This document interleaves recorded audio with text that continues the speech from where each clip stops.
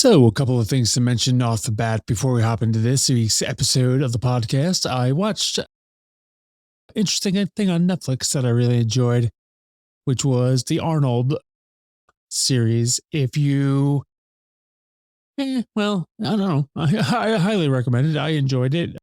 I don't know Arnold personally. I'm sure that's a shock to all of you. But I do have the bodybuilding book from way back in the day. I used it in college. I've had it since college. Arnold, like a lot of people, probably, he influenced me getting into bodybuilding, even though he started many years before me. His books and his exercise and that Arnold encyclopedia is comprehensive as heck. I really enjoyed it. My friends really enjoyed it in college, and yeah. So the interesting thing about it was I was watching it in the background, doing some things, helping my wife with some things over the weekend at the computer.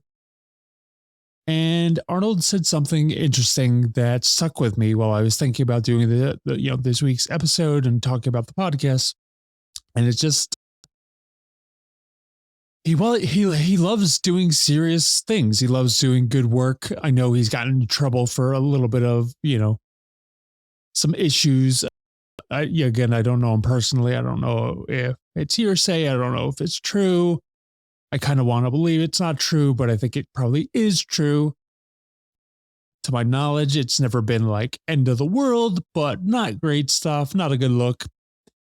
However, I think his message is still resonates with me. I mean, he's always very thankful to be a U.S. citizen. He's, served as the governor of California. I mean, obviously it's a little, it's an interesting thing, but I think he said something that I really liked. And it was that if it's not fun, he doesn't really want to do it. And I think that resonates with me. Anyways, I think it's a good little mini series if you want to watch a 3-episode deal. I have to watch it again to be fully honest. Nothing I remember seeing looked terrible. Everything was pretty good, but it was a little fluffy probably, but I enjoyed it. It was a nice little mini series. And then book recommendation. I started Paris, the memoir, over the weekend. If you know me, you'd probably think that's ridiculous, but I'm a fan of Paris Hilton. She gets a bad rap a lot of the times, and she's into DJing. She's had a pretty successful career by most accounts. And I don't know. She's just absolutely herself. She owns it. She loves it. I just really gravitate towards people who kind of take ownership of their life and their shit. And she's had to go and endure some difficult ass shit. And I don't know. She's pretty cool. I mean, again, I've never met her. I don't know her personally, but book so far is really good. And she talks a lot about ADHD, and some of the things resonate with me. I've never been officially diagnosed. I don't really care to be officially diagnosed. I think a lot of stroke survivors can relate, even if you're not technically ADHD. I think there's a lot of things that resonate. And one of the things she said that really stuck with me right up until I started recording this episode today is that, it is people talk about ADHD like it's and I just like her take on it. She's not really obsessing about it. She's just like, okay, this is the thing. People call me lazy. They call me this. They call me that. And it's all kind of related to ADHD because she's very smart, but she definitely got a bad rap, growing up where people thought she was lazy or XYZ. And it really just is, they're all symptoms and related to ADHD. And I think, any stroke survivor who's gone through, or anybody of brain injury, major medical life event can probably relate. It feels similar. For me, I think I related because I have endless energy, but sometimes I need help channeling that energy. And I think that is one of the things she said that really resonated with me. So I don't know. I look forward to finishing that book. Anyways, those are my takes on those things. And we'll leave it there. Let's hop into episode 20 of the podcast, starting now. Good morning, everybody. My name's Will Schmier, and welcome back to another episode of the Lovable Survivor podcast. This week in episode 20, we are going to be focusing on the power of saying no and having fun every day and everything we do in life as a stroke survivor. Because what the hell are we doing if we're doing things we don't want to do and we're not having fun? I don't think any of us as stroke survivors, brain injury survivors, survivors of any major medical life event, shit, even if you're not a stroke survivor or haven't been through things, I think this can resonate with you. I mean, whether you're an entrepreneur, you work for yourself, again, stroke survivor, brain injury survivor, any medical major life event. Yeah, these are difficult things that we go through. And part of what I want to talk about today is really, honestly, this episode is just as much for me as it is for everybody else. It's kind of a note to myself. Because honestly, I am flat out. Well, I'm going to apologize in advance. I'm fired up, and I'll tell you why in a second. But yeah, I'm just tired of doing things that I no longer want to do. I'm not a stroke survivor who, I don't know. I think we owe it to ourselves, right? Like, again, this is not an easy thing to overcome in any, if you are going through it, if you're not physically going through recovery, from stroke or brain injury, it's going to be harder to understand, but it just changes your life in so many ways. But yeah, something just hit me in like the last week where I'm just like, what am I doing? Like, as an entrepreneur, I've kind of like gone back to my old ways a little bit in terms of like, yes, I want to make money. Yes, I want to run successful businesses, but I've gotten away from like, I didn't walk away from a career to go work for myself to do things that I don't want to do. And I'm not talking about like difficult or challenging things like, physical therapy, right? Like, there are definitely exercises my physical therapy team makes me do that I don't really want to do, but I'm not talking about that. I'm talking about like things that you tell yourself you should do. And yes, sometimes it is good to check in with yourself and make sure you're doing, I'm not saying you have fun every 2 seconds, but like as a creator, right? Like, I want to be helpful to other people with this podcast, I want it to be helpful for other people depending on their particular phase of the journey of recovery. But I want to get back to having fun. Like, I was just talking about it in the open where I was watching Arnold, and he was saying something over the weekend in the Netflix special where it's like, he doesn't want to do it if it's not fun. Now, I can't remember exactly what he was talking about when he was talking about that, but it makes sense. It resonates with me because it's like, why am I saying yes to things that I don't really want to do? When you go through a major life event and you come out on the other side and you've recovered or you've made it through, you kind of realize like it is cliche as hell, right? But life is short. I just don't want to. There's certain stuff I have no interest in doing. Now, is it easy to always say no? No, of course it's not. I have kids. I have a wife. I have extended family. I'm pretty good about not, caring what other people think. And this is not, you're not always going to be able to say no, but I think you owe it to yourself as a survivor to really trust your gut and really, embrace the power of no. If I'm being honest, like, and again, that's today's theme. Easier said than done. But I think when you really understand how freeing it is to say no whether that's a phone call you don't want to take. I mean, again, all within reason, but like, I'll give you a good example.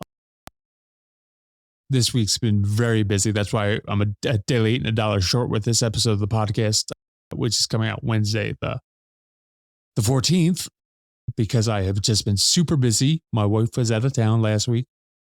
We were supposed to be on vacation. She was out of town with the kids. She came home. She was busy. She was working. The kids were home.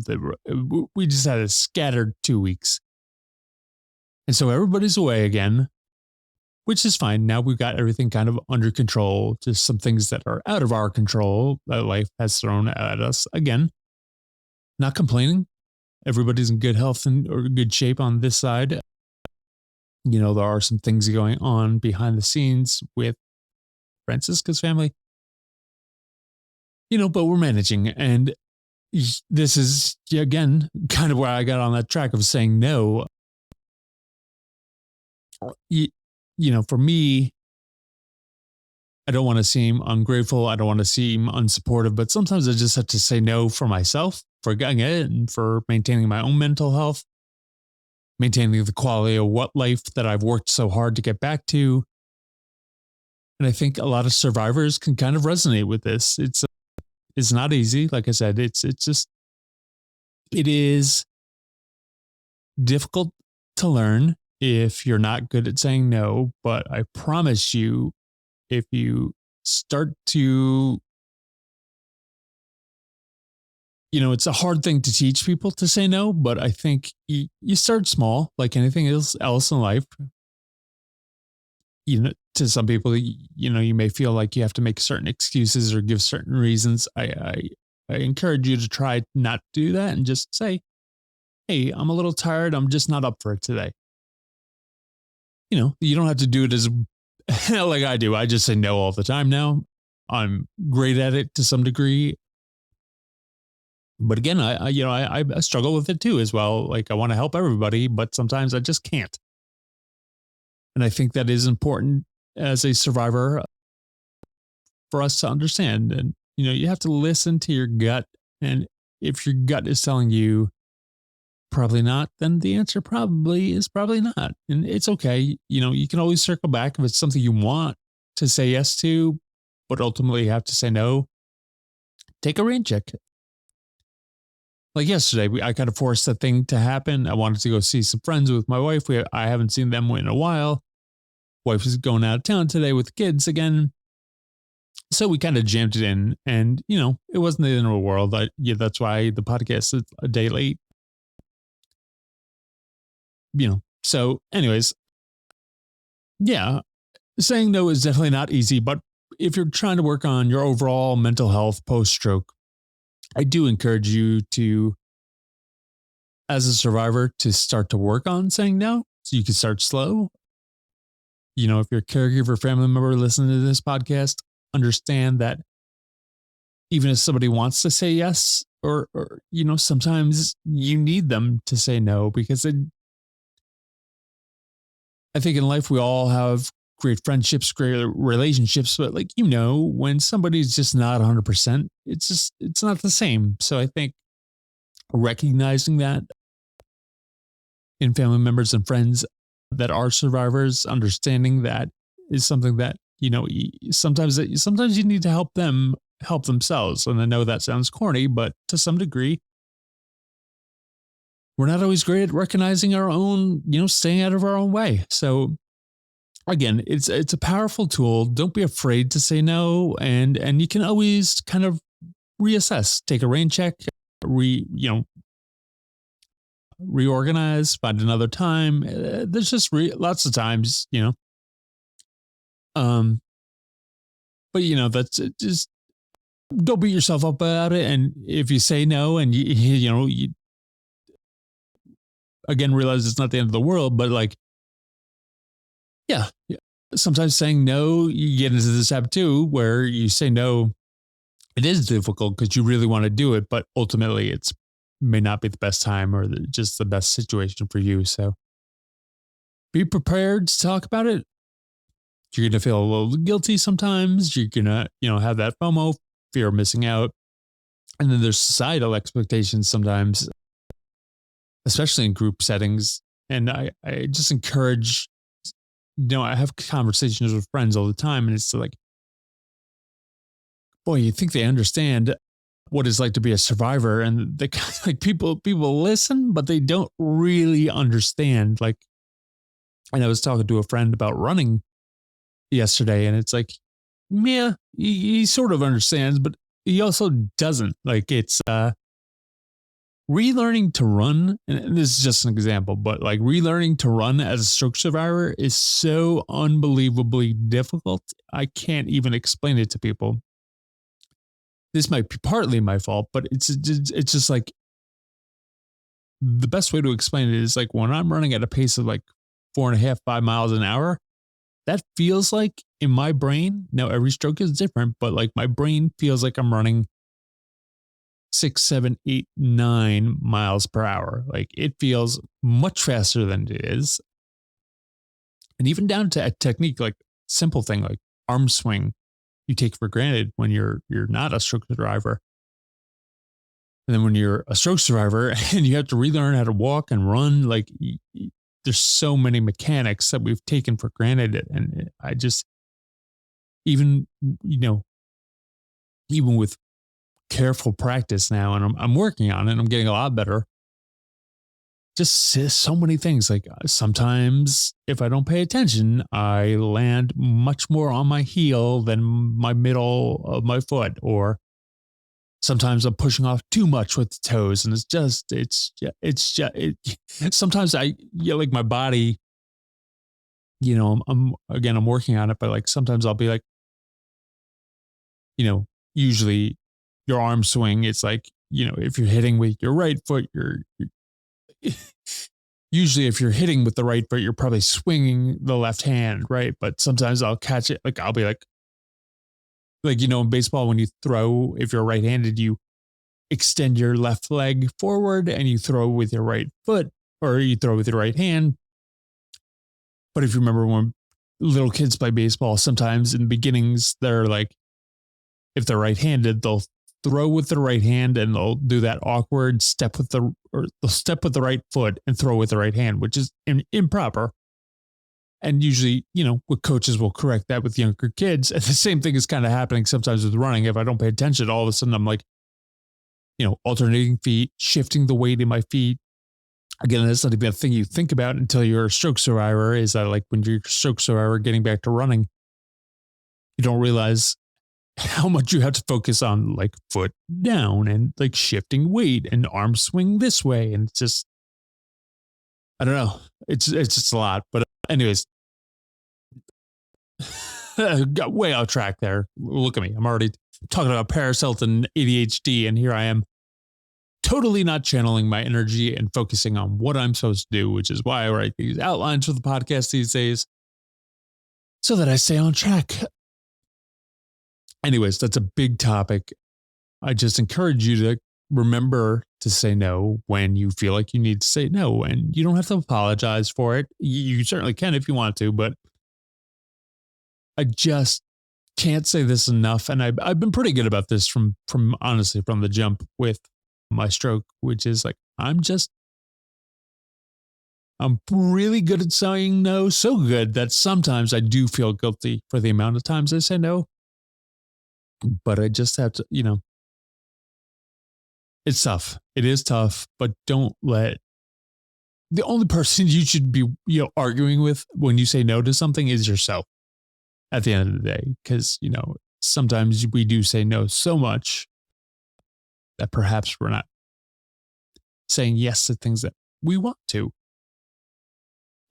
But that kind of takes us into number 2, which is, again, from watching Arnold, I was thinking about this over the weekend, and it kind of just ties in randomly to the podcast. So I was thinking about, I don't want to do things that are no longer fun. Now I am trying to build a business working specifically with survivors, and I got some announcements coming up probably next episode.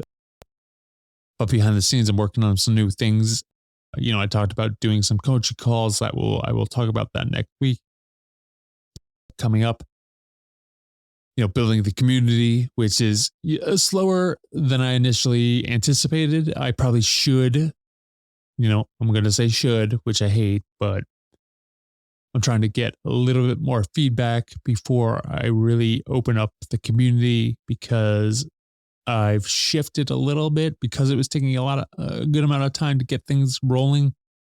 And I'm trying to incorporate some new things and some new kind of collaborations that will make it easier for everybody. And like, I think it'll be even better as a result. So yeah, anybody can start a community and start building relationships and collaborating as you go. But because things have not been fully opened yet, I'm gonna bring some other collabs together before launching, which, we'll see how that works out, but I think for the better.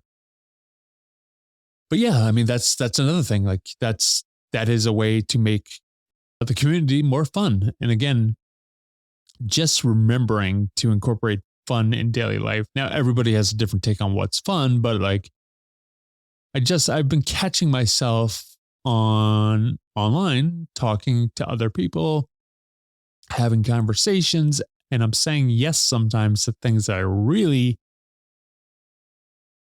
want to say no to, and things, it's taken a little while to make this shift from coaching predominantly working with women to working with survivors. It's been slower than I would like, but I know I'm headed down the right path. And it took me a while to get here to work with survivors. It was kind of like not the thing I wanted to be known for. The first couple of years after my stroke, I still struggle with this, but I'm more open to, to what it means. I think there are some hurdles, right? For me personally, mentally, like I never wanted to be a guy that was known for anything other than being fucking awesome and having a good time. And, in my previous career, I wanted to be known as a good developer, but I didn't want to be known as the best. That's still kind of a thing that's always been a part of my life, where I want to be very good. I want to be part of the conversation, but I do not necessarily want to be the best. That's just not where I thrive. I want to be known as very helpful, very, very loving, very caring. I give a shit about the people that are most important to me in life. But again, being the best, not necessarily the role I need. Like, when you think about the Bulls of the 90s, right? You think of Jordan and Pippen. They won 6 rings together, but they won 5 of those 6 with Dennis Rodman. And the thing I love about Rodman is that we are kind of very similar in a lot of ways, but they don't get to 6. Scotty and Michael don't get to 6 without Dennis being that active role in 5 of those championships. And what I liked about Dennis was he was an integral part of those 6, Michael and Scotty winning 6 championships. And of course, he was only a member of the team for 5, but he was an enormous part of them winning 5, but those 5 that he was part of. And what I like about Dennis was he was always scrappy, a little bit different, not the norm. I think that's that really resonates with me. I've been thinking about it for a while. I'm a big fan of Dennis Rodman and the way he played basketball, the role he played in Bulls championships and Bulls history. You think about Dennis Rodman being quite a bit different than your average NBA player. And he was an amazing defender. He's an amazing rebounder. He was obviously not known for scoring, but the guy is in the Hall of Fame. And for all the stuff off the court and all of the antics, again, the Bulls don't win those 6 championships. I mean, Michael and Scotty, again, were a big part, but I don't think they win all of those without Dennis. And, that's pretty clear because Dennis was an active and the part of the big 3, I guess, of that era when the Bulls won all 6, So anyways, yeah, and what I like about Dennis and what I like about Arnold from his special is that, they're they're true to themselves. They incorporate fun into daily life. I mean, there's tons of everybody can incorporate fun. You don't have to be Arnold Schwarzenegger, Dennis Rodman. Those are just examples. But I think you owe it to yourself to explore things. I'm not saying don't do hard things. I'm not saying don't work hard at your recovery. I'm not saying, we all have to do things in life that are not particularly fun. I guess what I'm saying is check in with yourself often and make sure you're enjoying the things that you're doing in life, because if you're not enjoying it, it's not going to last. It's not going to be long-term successful. And again, going back to working with survivors and stroke, it was not something I wanted to be known for, but I'm starting to embrace it because I realize I can help a lot of fellow stroke survivors who are earlier in the journey, even maybe further along in the journey. And maybe I just have a different perspective I could offer. It's a difficult thing to navigate. And as hard as it is, injecting a little bit of humor into everyday life is important, I think, for anybody, but especially for a survivor, because it's such a difficult thing to overcome. It's a constant struggle. I mean, people look at me and they're like, "Oh, you look fine," and that is true to some degree. I'm in pretty good overall health, but I have days where things are awful. I have things I have a chaotic life still. I'm a father. I'm 40 years old. I'm a father of 3, daughter in college, boys that are under the age of 10, a wife with a family with some members not in great health. It's not impossible, but I guess, again, it's a kind of a reminder to myself is am I having fun? Am I enjoying what I'm doing? And I absolutely am. I know this podcast, it really is meant to be fun and lighthearted. And it's a reminder for me to continue to keep working, incorporating that in every episode. And it is important to find that in your life, in your recovery and your journey as a stroke survivor, because I know how difficult it is. And again, I'm happy to talk about it. It is not easy. I feel like I have found my stride a little bit this last year, which is, I don't want to say impressive. It's just, you hear so often from the stroke community that they've heard these things where doctors tell them X, Y, and Z. And again, doctors are, for the most part, amazing. And they're not telling you things to BS you, and they're not telling you things to get you down. Most doctors are genuinely trying to prepare. They're very practical. They're not incorrect. And if you don't work at things, it's not going to get better. So there is that. Obviously, if you're listening to this podcast, you probably have some interest in getting better as things go on, and you probably are getting better as time has progressed. But it doesn't make it less frustrating. It's just, I'm sharing my story with you so that you could feel hopefully less alone and know that, if you're earlier in the journey and having a tough time, it can definitely get better as you progress. I was able to walk after year 1, but I was not able to walk the way I wanted to. Nothing felt normal. I certainly wasn't able to run until 2.5 years in.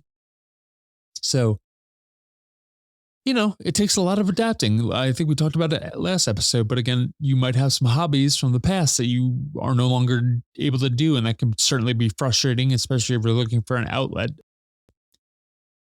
Adapting to your, kind of accepting your current situation, know that you're working on things to get better and back to certain hobbies, but maybe you're exploring new hobbies that are fun. And hopefully, I'll just give an example. I mean, yes, I'm younger. I'm now 40, and I'm kind of glad I never got into adaptive sports, which is a big thing down here in Jacksonville, Florida, within the Brooks community. And for me, it's not that I'm glad I didn't get into adaptive sports necessarily, but it's pushy. I'm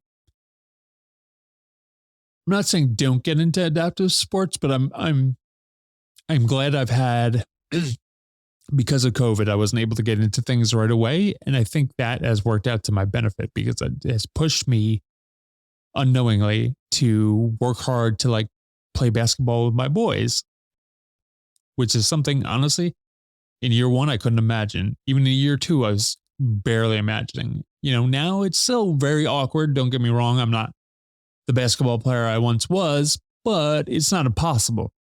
And I could see that if I'm seeing that when I really put the effort in to things and I really slow down and start basically back from scratch, that I can slowly build back up. It's not fast. It's not the way it was before my stroke.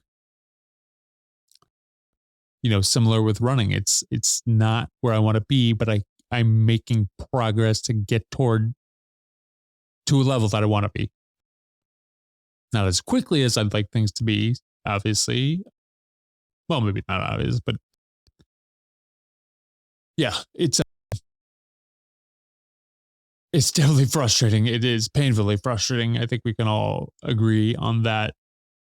But it's fun when you realize, okay, it's not snapping. Things are not snapping back the way I had hoped or wanted or believed I might because I'm a younger stroke survivor, and I'm air quoting. Sorry, you can't see me air quoting, but yeah, you hear these things. It's I don't know. I don't know if I feel lucky or happy or great. I mean, I definitely feel grateful, but I'm just so glad that I've been able to, incorporate fun, figure things out. And, what's making it more fun is that I realize, okay, if I want to do a thing like running, I can only go one speed now, which is pretty slow. So I probably a level up from where I started.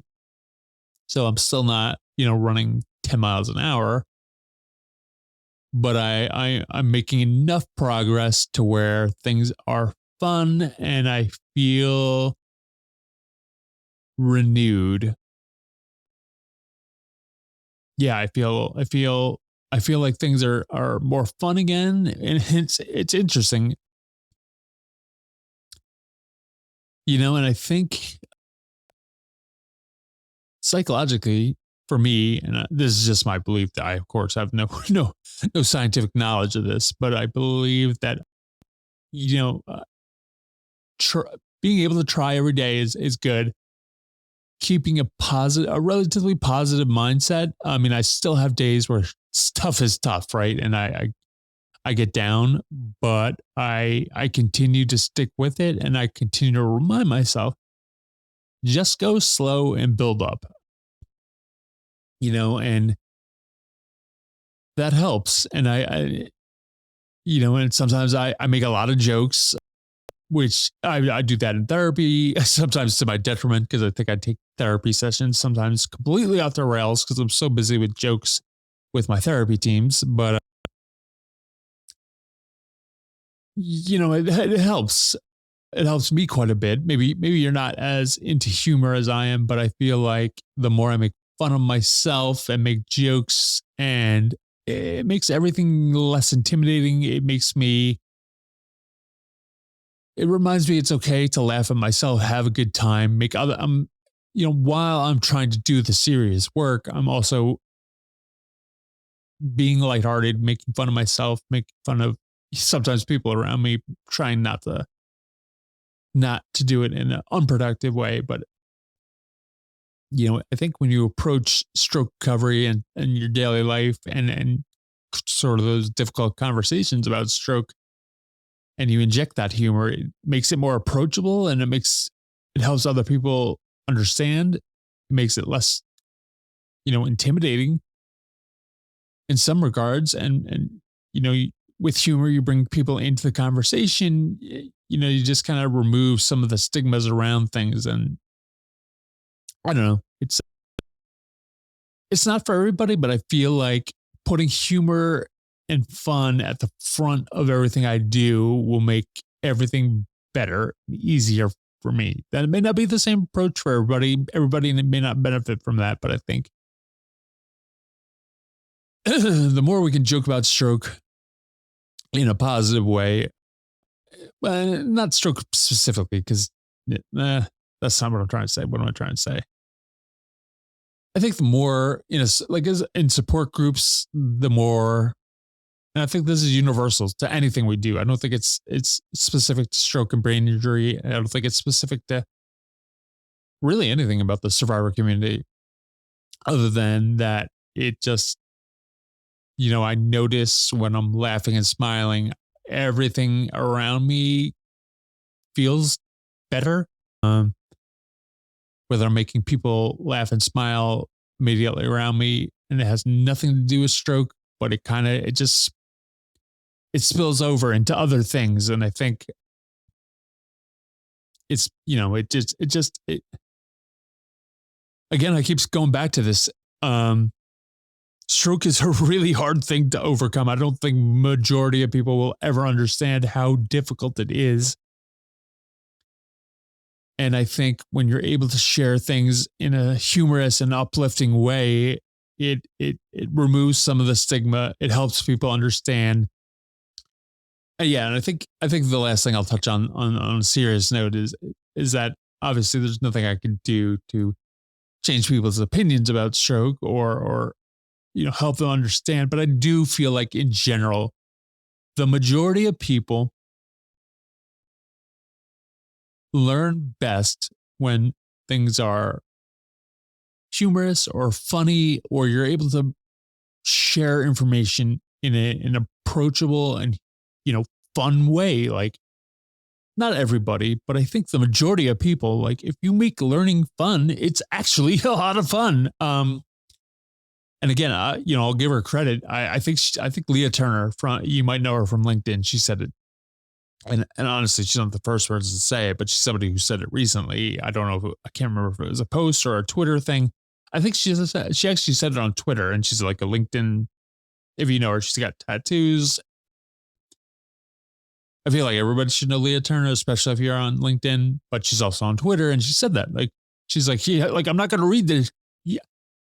You know what she said? She said, I'm not going to read your goddamn newsletter if it's not funny, because I'm not going to, even if you're going to teach me something, I need it to be funny or humorous or some way of retaining that information, because we are bombarded with shit endlessly. And again, this is not unique to stroke survivors and brain injury survivors. Clearly, anybody, and I know she does talk a lot about ADHD, so there may be a correlation there that I'm not connecting the dots myself, but I think everybody wants information. And like the last example, like I've been listening to some new podcasts. I got into comedy podcasts again recently, but a podcast I love, Huberman Lab, great information. He's amazing. He's got tons of information, but it is so dry. I mean, I don't know if it was a couple episodes on YouTube that I was watching recently, but I mean, again, he's a great professor. I mean, he's got tons of information, tons of great stuff, but I can't retain any of it because it's so not in my style. And again, I believe it's Andrew Huberman Lab, great podcast. I recommend it to everybody, but it's just, I honestly, I want that information, but I just want somebody else to present it to me, because I just like, it's so good. It is my favorite thing, but I would almost rather read a book of that information and read it in my own head, because, and it may have just been the couple episodes I watched on YouTube where it was particular, I don't know if they were earlier. I can't remember which ones specifically I was watching, but it was him by himself, a little bit of talking head, which is another thing I think if you're going to do a podcast solo and you're going to video it, you have to be somebody that is able to do a little bit of improv, funny expression. Like you can't be sitting there reading the teleprompter. I don't want to watch that. Honestly, I don't know why I didn't turn it off faster. I didn't turn it off faster because I like him a lot. Okay, I want to be clear about that. He's a great podcaster, a great professor. I'm sure I've never had him. I'm not a Stanford alum, but really good, really good. But the talking head and the lack of facial expressions, it's unwatchable, to be honest. The information is great, which is why I didn't turn it off. But I definitely wasn't looking at my TV while I was playing it on YouTube. So take that for what it's worth. I don't think I like the idea of video podcasting. I want to get my podcast over on YouTube. I want to be able to do things that way. I haven't filmed a lot yet doing this podcast. I'm not sure even I'm that good at it anymore. I'll be honest, stroke took a toll on me. I'm not as quick as I used to be. I'm not, I'm still very conversational, as you can tell by this episode. However, I'm just going to say it. I'm thinking of starting another podcast, maybe in conjunction with this one. I'm going to keep doing this because I believe in it. I think it's great. I like how it's going. I may find a co-host for this show, or I may do a second show with a friend where it's just kind of fun and we're having conversation. And I'll tell you why, because I was listening to Bert Kreischer and Two Bears, One Cave, and then the Bert cast. And I was watching Bert with Sarah Silverman, and, just their conversation. It was so good. And I forgot how much I love Bert. He's a great comedian.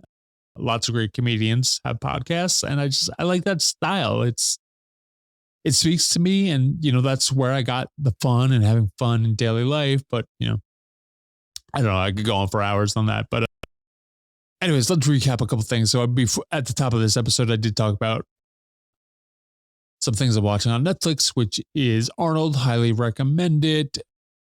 Pretty good podcast I just mentioned. All those are relevant to this theme. Again, I love Huberman podcasts.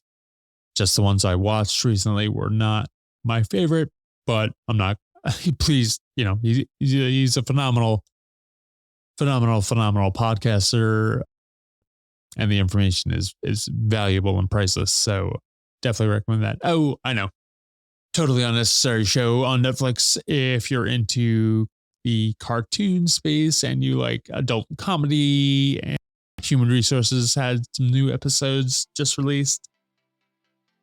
It's a ridiculous show. I don't even know why I watch it, but sometimes you just need a thing that is for adults and takes your mind off of other things. So if you're into a little bit of weirdness, Human Resources, great show.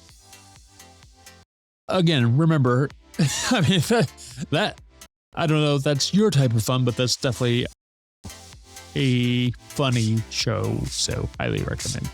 And book-wise, again, Rick Rubin's book is fantastic. I just started Paris, a memoir. Her book is great. Can't wait to finish that. Really enjoying it so far. And just remember, saying no takes practice. It's time. There are hurdles when it comes to saying no. You may find you can email the show if you have any questions, suggestions, concerns. Email the show, podcast@lovelsurvivor.com. And on a positive note, I don't know. Hopefully you enjoyed this episode, and I don't know. Let's have a goal for the week. Let's see if we can do something fun. I'm excited to hear what everybody's up to, and I'm going to enjoy the week with my family out of town and probably record a few more episodes this week. So until next week, I hope you have fun. I hope you say no, and bye for now.